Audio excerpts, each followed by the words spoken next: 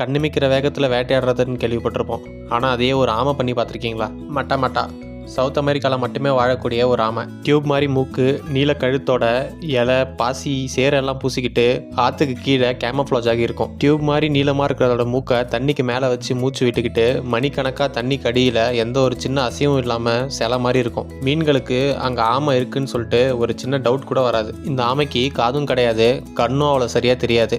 தண்ணியில் ஏற்படுற அதிர்வுகளை வச்சு தான் மீனை கண்டுபிடிக்கும். மீன் பக்கத்தில் வர்றதை உணர்ந்ததும் வாயை லைட்டாக திறந்து வச்சுக்கிட்டு கழுத்தை ஸ்ப்ரிங்கு மாதிரி சுருக்கி வச்சுருக்கோம். இதுதான் ரெடி ஸ்டேட். ஒன்ஸ் மீன் பக்கத்தில் வந்ததும் சுருக்கி வச்ச கழுத்தை நீட்டி வாயை பெருசாக திறந்து தொண்டையை விரித்து தண்ணியை ஹை ஸ்பீடில் உள்ளே விழுங்கும். இது கூடவே சேர்ந்து மீனும் உள்ளே போயிடும். இது எல்லாத்தையுமே இது 0.02 செகண்ட்ஸில் பண்ணுது. அதாவது நம்ம கண்ணை மூடி திறக்கிறதுக்கு 0.03 செகண்ட்ஸ் ஆகும். அதை விட இது ஃபாஸ்ட்டு. மீன் ஆபத்து வந்துருச்சுன்னு உணர்றதுக்குள்ளேயே ஆமையோட வயிற்றுக்குள்ளே போயிடும். ஆமை திரும்பியும் எக்ஸ்ட்ரா இருக்கிற தண்ணியெல்லாம் வெளில தள்ளிட்டு அடுத்த மீனுக்காக வெயிட் பண்ணிகிட்டு இருக்கோம். ஃபிசிக்ஸ் தெரிஞ்ச ஆமை போல்.